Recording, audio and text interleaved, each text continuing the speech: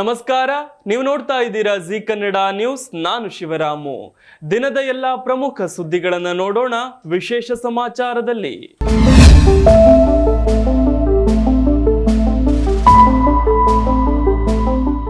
ಕರ್ನಾಟಕ ವಿಧಾನಮಂಡಲ ಅಧಿವೇಶನ ಆರಂಭವಾಗಿದೆ.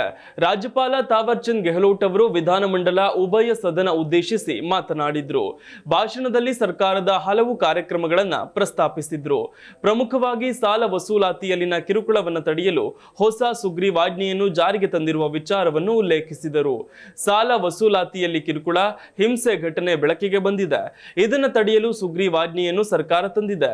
ಕನಿಷ್ಠ 6 ತಿಂಗಳಿನಿಂದ ಗರಿಷ್ಠ 10 ವರ್ಷಗಳವರೆಗೆ ಶಿಕ್ಷೆ ಹಾಗೂ 5 ಲಕ್ಷ ರೂಪಾಯಿ ದಂಡ ವಿಧಿಸುವ ಸುಗ್ರೀವಾಜ್ಞೆ ಜಾರಿಗೆ ತರಲಾಗಿದೆ. ಕಿರುಸಾಲ ವಸೂಲಾತಿ ಕಿರುಕುಳ ತಡೆಯಲು ಶಾಸನಾತ್ಮಕ ಕ್ರಮ ಕೈಗೊಳ್ಳಲಾಗುತ್ತದೆ ಅಂತ ರಾಜ್ಯಪಾಲರು ಹೇಳಿದ್ರು. ವಿಧಾನಮಂಡಲ ಉಭಯ ಸದನ ಉದ್ದೇಶಿಸಿ ಮಾತನಾಡಿದ ಅವರು, ಕಳೆದ 19 ತಿಂಗಳಲ್ಲಿ ಗಂಭೀರ ಕಾನೂನು ಸುವ್ಯವಸ್ಥೆ ಸಮಸ್ಯೆ ಉದ್ಭವಿಸಿಲ್ಲ. ಪೊಲೀಸ್ ಠಾಣೆಗಳು ಜನಸ್ನೇಹಿಯಾಗಿ ಕೆಲಸ ಮಾಡುತ್ತಿವೆ. ಪೊಲೀಸರು ಅಪರಾಧಿಗಳನ್ನ ಶೀಘ್ರ ಪತ್ತೆ ಹಚ್ಚುವ ಕೆಲಸ ಮಾಡುತ್ತಿದ್ದಾರೆ. ಹೀಗಾಗಿ ಅಪರಾಧ ಪ್ರಕರಣಗಳು ಇಳಿಕೆ ಕಾಣುತ್ತಿದೆ ಎಂದರು. ಸರ್ಕಾರ ವೇಗದ ಗತಿಯಲ್ಲಿ ಅಭಿವೃದ್ಧಿ ಕೆಲಸ ಮಾಡುತ್ತಿದೆ. ರಾಜ್ಯದ ಆಯ ವ್ಯಯ ವೃದ್ಧಿಯಾಗ್ತಿದೆ. ರಾಜ್ಯದಲ್ಲಿ ಉತ್ತಮ ಮಳೆಯಾಗಿದ್ದರಿಂದ ಉತ್ತಮ ಫಸಲು ಬಂದಿದೆ. ರಾಜ್ಯ ಸರ್ಕಾರ ಕಲ್ಯಾಣ ಕಾರ್ಯಕ್ರಮಗಳನ್ನ ಜಾರಿಗೊಳಿಸಿದೆ. ಗ್ಯಾರಂಟಿಯಿಂದಾಗಿ ರಾಜ್ಯ ದಿವಾಳಿಯಾಗತ್ತೆ ಅಂತ ಹೇಳ್ತಿದ್ರು. ಎಲ್ಲ ಆರೋಪಗಳು ಕೂಡ ಇದೀಗ ಸುಳ್ಳು ಅಂತ ಸರ್ಕಾರ ಸಾಬೀತು ಮಾಡಿದೆ. ಸರ್ಕಾರ ಕಟ್ಟಕಡೆಯ ವ್ಯಕ್ತಿಗೂ ಯೋಜನೆಯನ್ನ ತಲುಪಿಸಿದೆ. ಜಿಎಸ್ಟಿ ಸಂಗ್ರಹದಲ್ಲೂ ರಾಜ್ಯ ಸರ್ಕಾರ ಮುಂಚೂಣಿಯಲ್ಲಿದೆ. ಕೆಎಂಎಫ್ ನಿಂದ ಅತಿ ಹೆಚ್ಚು ಹಾಲು ಸಂಗ್ರಹವಾಗುತ್ತಿದೆ ಅಂತ ತಿಳಿಸಿದ್ರು. ಮೂಲ ಸೌಕರ್ಯ ಒದಗಿಸುವುದರಲ್ಲೂ ಕೂಡ ಕರ್ನಾಟಕ ಮುಂಚೂಣಿಯಲ್ಲಿದೆ. ಗ್ಯಾರಂಟಿ ಯೋಜನೆಗಳ ಜಾರಿಯಿಂದ ಜನರಿಗೆ ಅನುಕೂಲವಾಗಲಿದೆ. ಇನ್ನು ರೈತರ ಪಂಪ್ ಸೆಟ್ಗಳಿಗೆ ಉಚಿತ ವಿದ್ಯುತ್ ವ್ಯವಸ್ಥೆ ನೀಡಲಾಗಿದೆ. ಬಜೆಟ್ನಲ್ಲಿ 15.1% ಸಂಪತ್ತು ಬಂಡವಾಳ ವೆಚ್ಚಕ್ಕೆ ವಿನಿಯೋಗ ಮಾಡಲಾಗುತ್ತೆ. ಇದು ಮಹಾರಾಷ್ಟ್ರ, ತಮಿಳುನಾಡು, ತೆಲಂಗಾಣ ರಾಜ್ಯ ಸೇರಿದಂತೆ ಹಲವು ಅಭಿವೃದ್ಧಿಶೀಲ ರಾಜ್ಯಗಳಿಗಿಂತ ಹೆಚ್ಚಿನದ್ದಾಗಿದೆ ಎಂದರು. DCM DK Shivakumar nut bolt ಹೇಳಿಕೆಯನ್ನ ಸ್ಯಾಂಡಲ್ವುಡ್ ಮೋಹಕ ತಾರೆ ನಟಿ ರಮ್ಯಾ ಸಮರ್ಥಿಸಿಕೊಂಡಿದ್ದಾರೆ. ನೆಲ, ಜಲ, ಭಾಷೆ ವಿಚಾರದಲ್ಲಿ ಎಲ್ಲರೂ ಒಂದಾಗಬೇಕು. ಸಾಹೇಬರು ಹೇಳೋದ್ರಲ್ಲಿ ತಪ್ಪೇನಿಲ್ಲ ಅಂತ ಮಾಜಿ ಸಂಸದೆ ಹೇಳಿದ್ದಾರೆ. ವಿಧಾನಸೌಧದ ಆವರಣದಲ್ಲಿ ನಡೆದ 16ನೇ ಬೆಂಗಳೂರು ಅಂತಾರಾಷ್ಟ್ರೀಯ ಚಲನಚಿತ್ರೋತ್ಸವದ ಉದ್ಘಾಟನೆಗೆ ಕನ್ನಡ ಚಿತ್ರರಂಗದ ಹಲವರು ಹಾಜರಾಗದ ಬಗ್ಗೆ ಡಿಸಿಎಂ ಡಿಕೆ ಶಿವಕುಮಾರ್ ಅವರು ಬೇಸರ ವ್ಯಕ್ತಪಡಿಸಿದ್ದರು. ಯಾರಿಗೆ ಹೇಗೆ ನಟ್ಟು ಬೋಲ್ಟ್ ಟೈಟ್ ಮಾಡಬೇಕು ಅನ್ನೋದು ಗೊತ್ತಿದೆ ಅಂತ ಕಿಡಿಕಾರಿದ್ರು. ವಿಶ್ವವಿಖ್ಯಾತ ಮೈಸೂರು ದಸರಾದಂತೆ ಈ ವರ್ಷವೂ ಕೂಡ ಅದ್ದೂರಿಯಾಗಿ ಹಂಪಿ ಉತ್ಸವ ನಡೆದಿದೆ. ಹಂಪಿ ಉತ್ಸವದ ಕೊನೆಯ ದಿನವಾದ ನಿನ್ನೆ ಸ್ಯಾಂಡಲ್ವುಡ್ ಕ್ವೀನ್ ರಮ್ಯಾ ಅವರು ಆಗಮಿಸಿದ್ರು. ಇದೇ ವೇಳೆ ಡಿಕೆ ಶಿವಕುಮಾರ್ ಅವರು ನಟ್ಟು ಬೋಲ್ಟ್ ಹೇಳಿಕೆಯ ಬಗ್ಗೆ ನಟಿ ರಮ್ಯಾ ಪ್ರತಿಕ್ರಿಯೆ ನೀಡಿದ್ದಾರೆ. ಈ ವೇಳೆ ಮಾತನಾಡಿದ ಅವರು, ನೆಲ, ಜಲ, ಭಾಷೆ ವಿಚಾರದಲ್ಲಿ ಎಲ್ಲರೂ ಒಂದಾಗಬೇಕು. ಸಾಹೇಬರು ಹೇಳೋದ್ರಲ್ಲಿ ತಪ್ಪೇನಿಲ್ಲ. ನೀರಿನ ವಿಚಾರ ಬಂದಾಗ ಕಲಾವಿದರೆಲ್ಲರೂ ಬೆಂಬಲಿಸಬೇಕು. ಡಿಸಿಎಂ ಡಿಕೆ ಶಿವಕುಮಾರ್ ಅದನ್ನೇ ಹೇಳಿರೋದು. ಅದಕ್ಕೆ ನನ್ನ ಸಹಮತ ಇದೆ ಅಂತ ಹೇಳಿದ್ದಾರೆ. ಇದಾದ ಬಳಿಕ ಮಾತಾಡಿದ ರಮ್ಯಾ ಅವರು, ಸದ್ಯ ನನಗೆ ಯಾವುದೇ ಹೊಸ ಚಲನಚಿತ್ರದ ನಟನೆ ಬಗ್ಗೆ ಯೋಚನೆಗಳಿಲ್ಲ. ಬಹಳ ದಿನಗಳ ಬಳಿಕ ಹಂಪಿಗೆ ಬಂದಿದ್ದೇನೆ. ನನಗೆ ಖುಷಿಯಾಗಿದೆ, ಸಂತೋಷವಾಗಿದೆ. ಸಚಿವ ಜಮೀರ್ ಅಹಮದ್ ಮತ್ತು ವಿಜಯನಗರ ಜಿಲ್ಲಾಡಳಿತ ಆಹ್ವಾನ ನೀಡಿತ್ತು. ಹಾಗಾಗಿ ಬಂದಿದ್ದೇನೆ, ಖುಷಿಯಾಗಿದೆ. ಉತ್ತರ ಕರ್ನಾಟಕದ ನದಿಗಳು, ಜಲಾಶಯಗಳ ಬಗ್ಗೆಯೂ ಕೂಡ ಕಲಾವಿದರು ಮಾತನಾಡಬೇಕು ಅಂತ ಹಂಪಿ ಉತ್ಸವದಲ್ಲಿ ಹೇಳಿಕೆ ನೀಡಿದ್ದಾರೆ. 16ನೇ ಬೆಂಗಳೂರು ಅಂತಾರಾಷ್ಟ್ರೀಯ ಚಲನಚಿತ್ರೋತ್ಸವ ಉದ್ಘಾಟನೆ ವೇಳೆಯಲ್ಲಿ ಡಿಸಿಎಂ ಡಿಕೆ ಶಿವಕುಮಾರ್ ನೀಡಿರುವ ನಟ್ಟು ಬೋಲ್ಟ್ ಟೈಟ್ ಮಾಡುವೆ ಹೇಳಿಕೆ ಸರಿಯಿಲ್ಲ ಎಂಬ ಕರ್ನಾಟಕ ಚಲನಚಿತ್ರ ವಾಣಿಜ್ಯ ಮಂಡಳಿ ಅಧ್ಯಕ್ಷ ಎಂ ನರಸಿಂಹಲು ವಿರುದ್ಧ ಶಾಸಕ ರವಿ ಗಣಿಗ ತೀವ್ರ ಆಕ್ರೋಶ ವ್ಯಕ್ತಪಡಿಸಿದ್ದಾರೆ. ವಿಧಾನಸೌಧದಲ್ಲಿಂದು ಸುದ್ದಿಗಾರರೊಂದಿಗೆ ಮಾತನಾಡಿದ ರವಿ ಗಣಿಗ, ಆಂಧ್ರ ಮೂಲದ ನರಸಿಂಹಲು ಡಿಸಿಎಂ ಮಾತು ಸರಿಯಿಲ್ಲ ಎಂದಿದ್ದಾರೆ. ಅವರಿಗೆ ಇದೇ ಲಾಸ್ಟ್ ವಾರ್ನಿಂಗ್. ಸಿನಿಮಾಗಳಿಗೆ ಸಬ್ಸಿಡಿ ನೀಡಬೇಡಿ ಅಂತ ಮುಖ್ಯಮಂತ್ರಿ ಸಿದ್ದರಾಮಯ್ಯ ಅವರಿಗೆ ಹೇಳ್ತೇನೆ ಎಂದರು. ಕಳೆದ ಬಾರಿಯ ಫಿಲ್ಮ್ ಫೆಸ್ಟಿವಲ್ ಸಂದರ್ಭದಲ್ಲಿ ರಶ್ಮಿಕಾ ಮಂದಣ್ಣ ಅವರನ್ನ ಕರೆಯಲು ಶಾಸಕರು ಹೋದಾಗ ಟೈಮ್ ಇಲ್ಲ ಅಂತ ಹೇಳಿದ್ರು.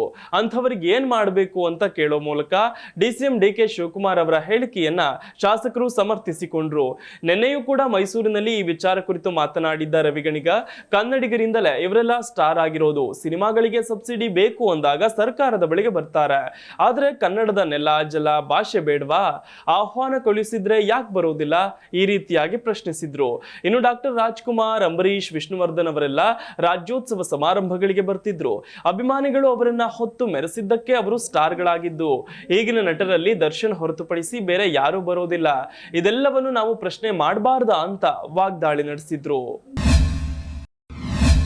ಬೆಂಗಳೂರಿಗರ ಜೀವನಾಡಿ ನಮ್ಮ ಮೆಟ್ರೋ ದರ ಏರಿಕೆ ಪರಿಣಾಮ ಜನರ ಕೆಂಗಣ್ಣಿಗೆ ಗುರಿಯಾಗಿದೆ. ನಮ್ಮ ಮೆಟ್ರೋದಲ್ಲಿ ಟಿಕೆಟ್ ದರ ಏರಿಕೆಯಿಂದ ಪ್ರಯಾಣಿಕರ ಸಂಖ್ಯೆ ತೀವ್ರ ಇಳಿಕೆಯಾಗಿದೆ. ದಿನದಿಂದ ದಿನಕ್ಕೆ ಪ್ರಯಾಣಿಕರ ಸಂಖ್ಯೆ ಕಡಿಮೆಯಾಗಿದ್ದು, ವಾರದ ದಿನಗಳ ಸರಾಸರಿ 8.5 ಲಕ್ಷದಿಂದ 5 ಲಕ್ಷಕ್ಕೆ ಇಳಿಕೆಯಾಗಿದೆ. ಮೆಟ್ರೋ ಬದಲಾಗಿ ಪ್ರಯಾಣಿಕರು ಪರ್ಯಾಯ ಸಾರಿಗೆಯನ್ನು ಬಳಸುತ್ತಿದ್ದು, ಬಿಎಂಆರ್ಸಿಎಲ್ ದರ ಕಡಿಮೆ ಮಾಡುವಂತೆ ಒತ್ತಾಯಿಸುತ್ತಿದ್ದಾರೆ. ದರ ಏರಿಕೆಯ ಪರಿಣಾಮದಿಂದ ಜನರು ಇದೀಗ ಮೆಟ್ರೋದಿಂದ ಅಂತರ ಕಾಯ್ದುಕೊಳ್ತಿದ್ದಾರೆ. ಟಿಕೆಟ್ ದರ ಏರಿಕೆಗಿಂತ ಮೊದಲು 1 ತಿಂಗಳು ವಾರದ ದಿನಗಳಲ್ಲಿ ಸರಾಸರಿ 8.5 ಲಕ್ಷ ಪ್ರಯಾಣಿಕರ ಓಡಾಟವಿತ್ತು. ದರ ಏರಿಕೆ ಮಾಡಿದ ಬಳಿಕ ಪ್ರತಿದಿನ ಸರಾಸರಿ 2.5ರಿಂದ 3 ಲಕ್ಷದಷ್ಟು ಕಡಿಮೆಯಾಗಿದೆ. ದಿನೇ ದಿನೇ ಮೆಟ್ರೋ ಪ್ರಯಾಣ ಮಾಡುವವರ ಸಂಖ್ಯೆಯಲ್ಲಿಯೂ ಕೂಡ ಭಾರಿ ಇಳಿಕೆಯಾಗ್ತಿದೆ. ಮೆಟ್ರೋ ದರ ಏರಿಕೆಗೆ ಪ್ರಯಾಣಿಕರಿಂದ ಹಾಗೂ ಸಾರ್ವಜನಿಕರಿಂದ ತೀವ್ರ ಆಕ್ರೋಶ ವ್ಯಕ್ತವಾಗಿತ್ತು. ನಂತರ ಎಚ್ಚೆತ್ತುಕೊಂಡಿದ್ದ ಬಿಎಂಆರ್ಸಿಎಲ್ ಎಲ್ಲೆಲ್ಲಿ ಟಿಕೆಟ್ ದರ ದುಪ್ಪಟ್ಟು ಹೆಚ್ಚಾಗಿದೆಯೋ ಅಲ್ಲೆಲ್ಲ ಕಡಿಮೆ ಮಾಡೋದಾಗಿ ಭರವಸೆ ನೀಡಿತ್ತು. ಆದರೆ ನಿರೀಕ್ಷಿತ ಮಟ್ಟದಲ್ಲಿ ಟಿಕೆಟ್ ದರ ಕಡಿಮೆ ಮಾಡಿಲ್ಲ. ಇದರಿಂದ ಪ್ರಯಾಣಿಕರು ಆಕ್ರೋಶಗೊಂಡಿದ್ದಾರೆ. ಹಲವು ದಶಕಗಳಿಂದ ಸೀಮೆ ಎಣ್ಣೆ ದೀಪಗಳು ಮತ್ತು ಟಾರ್ಚ್ ದೀಪದೊಂದಿಗೆ ಕತ್ತಲೆಯಲ್ಲಿ ವಾಸಿಸುತ್ತಿದ್ದ 75 ಮನೆಗಳನ್ನು ಹೊಂದಿರುವ ಬುಡಕಟ್ಟು ಸಮುದಾಯ ಅಂತಿಮವಾಗಿ ವಿದ್ಯುತ್ ಸಂಪರ್ಕವನ್ನ ಪಡೆದುಕೊಂಡಿದೆ. ಚಾಮರಾಜನಗರ ಜಿಲ್ಲೆಯ ಹನೂರು ತಾಲೂಕಿನ ಮಲೆಮಹದೇಶ್ವರ ಬೆಟ್ಟದ ಕಟ್ಟ ಕಡೆಯ ಗ್ರಾಮ ಪಾಲಾರ್. ಈ ಸೋಲಿಗರ ಹಾಡಿ ಇವರಿಗೂ ವಿದ್ಯುತ್ ಸಂಪರ್ಕ ಇಲ್ಲದೆ ಅಂಧಕಾರದಲ್ಲಿ ಮುಳುಗಿತ್ತು. ಮಹದೇಶ್ವರ ಬೆಟ್ಟದ ಅರಣ್ಯದೊಳಗೆ 75ಕ್ಕೂ ಹೆಚ್ಚು ಸೋಲಿಗರು ಇರುವ ಈ ಹಾಡಿಗೆ ಸ್ವಾತಂತ್ರ್ಯ ದೊರೆತು 78 ವರ್ಷದ ಬಳಿಕ ವಿದ್ಯುತ್ ಸಂಪರ್ಕ ಕಲ್ಪಿಸಲಾಗಿದೆ. ಪಾಲಾರ್ ನದಿಯ ದಡದಲ್ಲಿರುವ ದಂತಚೂರ ವೀರಪ್ಪನ್ ಅಡಗುದಾಣಗಳಲ್ಲಿ ಒಂದಾದ ಹಾಡಿಗೆ ಆನೆಗಳು, ಸಾಂಬಾರ್, ಜಿಂಕೆ ಮತ್ತು ಇತರ ಪ್ರಾಣಿಗಳ ಹೆಚ್ಚಿನ ಸಂಚಾರ ಇರುವುದರಿಂದ ವನ್ಯಜೀವಿಗಳಿಗೆ ಅಪಾಯವಾಗಬಹುದು ಎಂಬ ಭಯದಿಂದ ಕಂಬಗಳನ್ನು ನಿರ್ಮಿಸಲು ಅಥವಾ ವಿದ್ಯುತ್ ತಂತಿಗಳನ್ನು ತರಲು ಅರಣ್ಯ ಇಲಾಖೆ ಆಕ್ಷೇಪ ವ್ಯಕ್ತಪಡಿಸಿದ್ದರಿಂದ ಇಷ್ಟು ವರ್ಷಗಳ ಕಾಲ ವಿದ್ಯುತ್ ಸಂಪರ್ಕ ಲಭ್ಯವಿರಲಿಲ್ಲ. ಸೇಲಂ ಜಿಲ್ಲೆಯ ಹತ್ತಿರದ ಗೋವಿಂದಪಾಡಿ ಮತ್ತು ಕೊಲತ್ತೂರು ಗ್ರಾಮದಲ್ಲಿ ಅಥವಾ ವೀರಪ್ಪನ್ ಗ್ರಾಮವಾದ ಗೋಪಿನಾಥಂನಲ್ಲಿ ವಾಸಿಸುತ್ತಿದ್ದ ಸೋಲಿಗರ ಕುಟುಂಬಗಳು ಬ್ಲಾಕ್ ಮಾರ್ಕೆಟ್ನಲ್ಲಿ ಸೀಮೆ ಎಣ್ಣೆಯನ್ನು ಖರೀದಿಸಬೇಕಿತ್ತು. ಶಿವರಾತ್ರಿ ಶುಭ ಗಳಿಗೆಯಲ್ಲಿ ಮಾದಪ್ಪ ನಮ್ಮ ಮೇಲೆ ದಯ ತೋರಿಸಿದ್ದಾರೆ. ಹೀಗಾಗಿ ನಮ್ಮ ಗ್ರಾಮಕ್ಕೆ ವಿದ್ಯುತ್ ಸಂಪರ್ಕ ದೊರೆತಿದೆ. ಇನ್ನು ಮುಂದೆ ನಮ್ಮ ಮಕ್ಕಳು ಮತ್ತು ಗ್ರಾಮಸ್ಥರು ಸಂತೋಷವಾಗಿರುತ್ತಾರೆ. ವಿದ್ಯುತ್ ಬಲ್ಬ್ಗಳು ಯಾವಾಗ ಬೇಕಾದರೂ ಬೆಳಗುತ್ತವೆ ಮತ್ತು ನಾವು ಸೀಮೆ ಎಣ್ಣೆ ದೀಪಗಳಿಗೆ ವಿದಾಯ ಹೇಳಬಹುದು ಅಂತ ಬುಡಕಟ್ಟು ಜನಾಂಗ ಸಂತಸ ವ್ಯಕ್ತಪಡಿಸಿದೆ. ಈ ಪ್ರದೇಶದಲ್ಲಿ ಕತ್ತಲೆಯಲ್ಲಿ ಮುಳುಗಿರುವ 22 ಬುಡಕಟ್ಟು ಗ್ರಾಮಗಳಿದ್ದು ವಿದ್ಯುತ್ ಸರಬರಾಜು, ರಸ್ತೆಗಳು ಮತ್ತು ಕುಡಿಯುವ ನೀರಿನಂತಹ ಮೂಲಭೂತ ಸೌಕರ್ಯಗಳಿಲ್ಲ. ಚಾಮುಂಡೇಶ್ವರಿ ವಿದ್ಯುತ್ ಸರಬರಾಜು ಕಂಪನಿ ಸೆಸ್ಕಾಂ ಕಳೆದ ವರ್ಷ ಡಿಸೆಂಬರ್ನಲ್ಲಿ 41 ಕೋಟಿ ರೂಪಾಯಿ ವೆಚ್ಚದಲ್ಲಿ ವಿದ್ಯುತ್ ಸರಬರಾಜು ಒದಗಿಸಲು ಯೋಜನೆ ಕೈಗೆತ್ತಿಕೊಂಡಿತ್ತು. ಎಲ್ಲಾ 75 ಹಳ್ಳಿಗಳಿಗೆ ಭೂಗತ ವಿದ್ಯುತ್ ಕೇಬಲ್ಗಳನ್ನು ಹಾಕಲು ಅರಣ್ಯ ಅಧಿಕಾರಿಗಳನ್ನು ಮನವೊಲಿಸುವಲ್ಲಿ ಕೂಡ ಯಶಸ್ವಿಯಾಗಿದ್ದಾರೆ. ಕಾಫಿನಾಡು ಚಿಕ್ಕಮಗಳೂರಿನ ಮಲೆನಾಡಲ್ಲಿ ಕಾಡಾನೆಗಳ ಉಪಟಳದಿಂದ ಜನ ರೋಸಿ ಹೋಗಿದ್ದಾರೆ. ಎನ್ಆರ್ಪುರ ತಾಲೂಕಿನಲ್ಲಿ ದಾಂಧಲೆ ಮುಂದುವರೆಸಿರುವ ಕಾಡಾನೆಗಳು ಅಪಾರ ಪ್ರಮಾಣದ ಬೆಳೆ ನಷ್ಟ ಮಾಡುತ್ತಿವೆ. ತಾಲೂಕಿನ ಹಿಳುವಳ್ಳಿ ಗ್ರಾಮದ ಥಾಮಸ್ ಎಂಬುವವರ ತೋಟಕ್ಕೆ ದಾಳಿ ಇಟ್ಟಿರುವ ಕಾಡಾನೆಗಳು ಫಸಲಿಗೆ ಬಂದಿದ್ದ ಅಡಿಕೆ ಮರಗಳನ್ನ ನಾಶ ಮಾಡಿವೆ. ಹಲವು ದಿನಗಳಿಂದ ವಿವಿಧ ಗ್ರಾಮೀಣ ಭಾಗದಲ್ಲಿ ಇದೇ ಪರಿಸ್ಥಿತಿ ಇದ್ದು, ಫಸಲಿಗೆ ಬಂದಿರುವ ಅಡಿಕೆ ಮರಗಳನ್ನ ಬುಡ ಸಮೇತ ಮುರಿದು ಹಾಕಿ ಪುಂಡಾಟ ನಡೆಸಿವೆ. ಅರಣ್ಯ ಅಧಿಕಾರಿಗಳಿಗೆ ಈ ಕುರಿತು ಮನವಿ ಮಾಡಿ ಅಸಮಾಧಾನ ಹೊರಹಾಕಿದ್ದಾರೆ. ಮಹಾರಾಷ್ಟ್ರದ ಜಲಗಾಂವ್ನಲ್ಲಿ ತನ್ನ ಅಪ್ರಾಪ್ತ ಮಗಳು ಮತ್ತು ಇತರ ಹುಡುಗಿಯರಿಗೆ ಕಿರುಕುಳ ನೀಡಿದ ಕೆಲವು ಹುಡುಗರ ವಿರುದ್ಧ ಕೇಂದ್ರ ಸಚಿವೆ ಹಾಗೂ ಬಿಜೆಪಿ ನಾಯಕಿ ರಕ್ಷಾ ಖಾಡ್ಸೆ ದೂರು ದಾಖಲಿಸಿದ್ದಾರೆ. ಮಹಾರಾಷ್ಟ್ರದ ಜಲಗಾಂವ್ನಲ್ಲಿ ನಡೆದ ಸಂತ ಮುಕ್ತಾಯಿ ಯಾತ್ರೆಯ ಸಂದರ್ಭದಲ್ಲಿ ಕೆಲವು ಯುವಕರು ತನ್ನ ಅಪ್ರಾಪ್ತ ಮಗಳು ಮತ್ತು ಇತರ ಹುಡುಗಿಯರಿಗೆ ಕಿರುಕುಳ ನೀಡಿದ್ದಾರೆ ಎಂದು ಆರೋಪಿಸಿ ಕೇಂದ್ರ ಸಚಿವೆ ರಕ್ಷಾ ಖಾಡ್ಸೆ ಕೆಲವು ಹುಡುಗರ ವಿರುದ್ಧ ದೂರು ನೀಡಿದ್ದಾರೆ. ಪ್ರತಿ ವರ್ಷ ಮಹಾಶಿವರಾತ್ರಿಯ ಸಂದರ್ಭದಲ್ಲಿ ಸಂತ ಮುಕ್ತಾಯಿ ಯಾತ್ರೆ ಈ ಪ್ರದೇಶದಲ್ಲಿ ನಡೆಯುತ್ತದೆ. 2 ದಿನಗಳ ಹಿಂದೆ ನನ್ನ ಮಗಳು ಯಾತ್ರೆಗೆ ಹೋಗಿದ್ದಳು. ಕೆಲವು ಯುವಕರು ಆಕೆಗೆ ಕಿರುಕುಳ ನೀಡಿದರು. ನಾನು ಅವರ ವಿರುದ್ಧ ದೂರು ದಾಖಲಿಸಲು ಪೊಲೀಸ್ ಠಾಣೆಗೆ ಹೋಗಿದ್ದೆ ಅಂತ ಆರೋಪಿಗಳ ವಿರುದ್ಧ ದೂರು ದಾಖಲಿಸಿದ ನಂತರ ಕೇಂದ್ರ ಸಚಿವೆ ರಕ್ಷಾ ಖಾಡ್ಸೆ ಮಾಧ್ಯಮಗಳಿಗೆ ಮಾಹಿತಿ ನೀಡಿದ್ದಾರೆ. ಈ ಘಟನೆಯ ಸಮಯದಲ್ಲಿ ಆರೋಪಿಗಳು ಸಚಿವರ ಭದ್ರತಾ ಸಿಬ್ಬಂದಿಯ ಕಾಲರ್ ಹಿಡಿದು ಬೆದರಿಕೆಯನ್ನು ಹಾಕಿದ್ದಾರೆ ಅಂತ ಆರೋಪಿಸಲಾಗಿದೆ. ಕಿರುಕುಳ ನೀಡಿದವರಲ್ಲಿ ಕೆಲವರು ಕ್ರಿಮಿನಲ್ ಹಿನ್ನೆಲೆಯನ್ನ ಹೊಂದಿದ್ದಾರೆ. ಅವರಲ್ಲೊಬ್ಬರು ಶಿವಸೇನೆ ಶಿವಸೇನೆ ಅಂದ್ರೆ ಏಕನಾಥ್ ಶಿಂದೆ ಬಣದ ಶಾಸಕ ಚಂದ್ರಕಾಂತ್ ಪಾಟೀಲ್ ಅವರೊಂದಿಗೆ ಸಂಬಂಧ ಹೊಂದಿದ್ದಾರೆ ಎನ್ನುವ ಮಾಹಿತಿ ಕೂಡ ಬೆಳಕಿಗೆ ಬಂದಿದೆ. ಮುಖ್ಯಮಂತ್ರಿ ದೇವೇಂದ್ರ ಫಡ್ನವೀಸ್ ಈ ಘಟನೆಯ ಬಗ್ಗೆ ಪ್ರತಿಕ್ರಿಯೆ ನೀಡಿದ್ದು, ಆರೋಪಿಗಳನ್ನ ಯಾವುದೇ ಕಾರಣಕ್ಕೂ ಬಿಡೋದಿಲ್ಲ ಅಂತ ತಿಳಿಸಿದ್ದಾರೆ. ಒಂದು ಪಕ್ಷದ ಜೊತೆ ಸಂಬಂಧ ಹೊಂದಿರುವ ಕೆಲವು ಅಧಿಕಾರಿಗಳು ಈ ಕೃತ್ಯ ಎಸಗಿದ್ದಾರೆ. ಈಗಾಗಲೇ ಪೊಲೀಸರು ಪ್ರಕರಣ ದಾಖಲಿಸಿಕೊಂಡಿದ್ದಾರೆ. ಈಗಾಗಲೇ ಕೆಲವರನ್ನ ಬಂಧಿಸಲಾಗಿದೆ.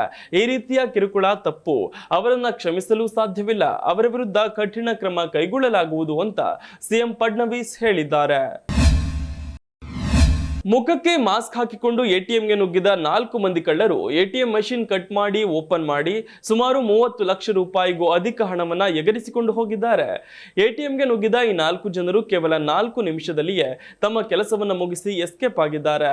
ಈ ಘಟನೆ ತೆಲಂಗಾಣದ ರಂಗಾರೆಡ್ಡಿ ಜಿಲ್ಲೆಯಲ್ಲಿ ತಡರಾತ್ರಿ ನಡೆದಿದೆ. ರಾತ್ರಿ ಸುಮಾರು 1:50 ಸಮಯದಲ್ಲಿ ಒಬ್ಬ ವ್ಯಕ್ತಿ ಕಾರ್ನಿಂದ ಇಳಿದು ಸಾಮಾನ್ಯರ ಹಾಗೆ ಎಟಿಎಂ ಮೆಷಿನ್ ಕಡೆಗೆ ನಡೆದುಕೊಂಡು ಬಂದಿದ್ದಾನೆ. ಆಮೇಲೆ ಏನೇನೋ ಸಿಸಿಟಿವಿ ಕ್ಯಾಮೆರಾಗೆ ಸ್ಪ್ರೇ ಮಾಡಿದ್ದಾನೆ. ಅದರ ಜೊತೆಗೆ ಎಮರ್ಜೆನ್ಸಿ ಸೈರನ್ನ ವೈರ್ ಕೂಡ ಕಟ್ ಮಾಡಿದ್ದಾನೆ. ಆದರೆ ಸಿಸಿಟಿವಿಯನ್ನ ಕಾರ್ಯನಿರ್ವಹಿಸದಂತೆ ಮಾಡುವಲ್ಲಿ ಆತ ವಿಫಲನಾಗಿದ್ದಾನೆ. ಇನ್ನು ಕಿರಾತಕರು ಮಾಡಿದ ಒಂದೊಂದು ಕೃತ್ಯವೂ ಕೂಡ ಸಿಸಿಟಿವಿಯಲ್ಲಿ ಸೆರೆಯಾಗಿದೆ.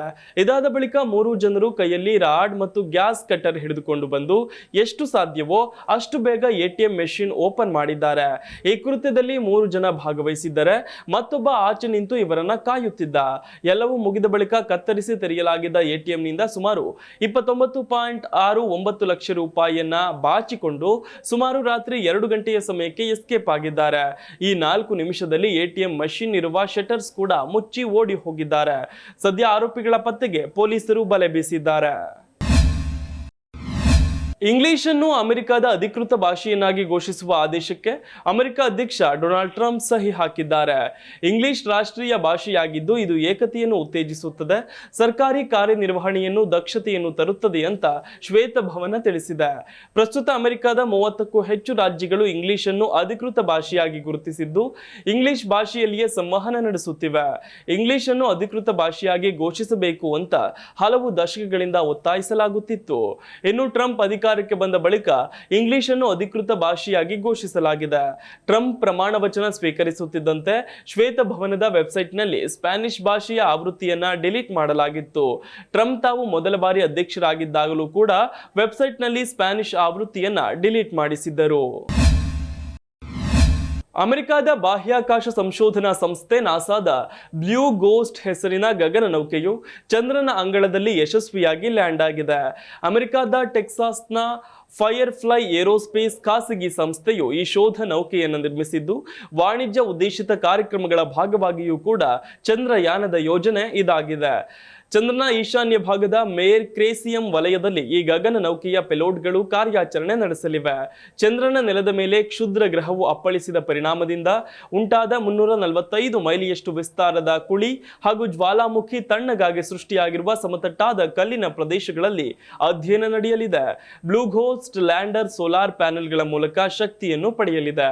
ನಾಸಾದ ಪೆಲೋಟ್ಗಳನ್ನ ಖಾಸಗಿ ಸಂಸ್ಥೆಯು ಚಂದ್ರನ ಅಂಗಳಕ್ಕೆ ತಲುಪಿಸುವಲ್ಲಿ ಯಶಸ್ವಿಯಾಗಿದ್ದು ಬ್ಲೂ ಗೋಸ್ಟ್ ಲ್ಯಾಂಡರ್ ಚಂದ್ರನ ಮೇಲೆ ಪ್ರಯೋಗ ಮಾಡಲು 10 ಪೆಲೋಟ್ಗಳನ್ನು ಹೊತ್ತು ಲ್ಯಾಂಡ್ ಆಗಿದೆ.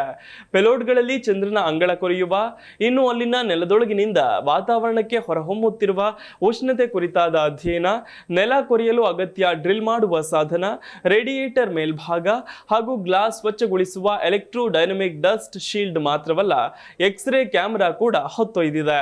ಇದಿಷ್ಟು ಈವರೆಗಿನ ಪ್ರಮುಖ ಸುದ್ದಿ. ನೋಡ್ತಾ ಇರಿ ಜಿ ಕನ್ನಡ ನ್ಯೂಸ್, ಸತ್ಯವೇ ಸುದ್ದಿಯ ಜೀವಾಳ.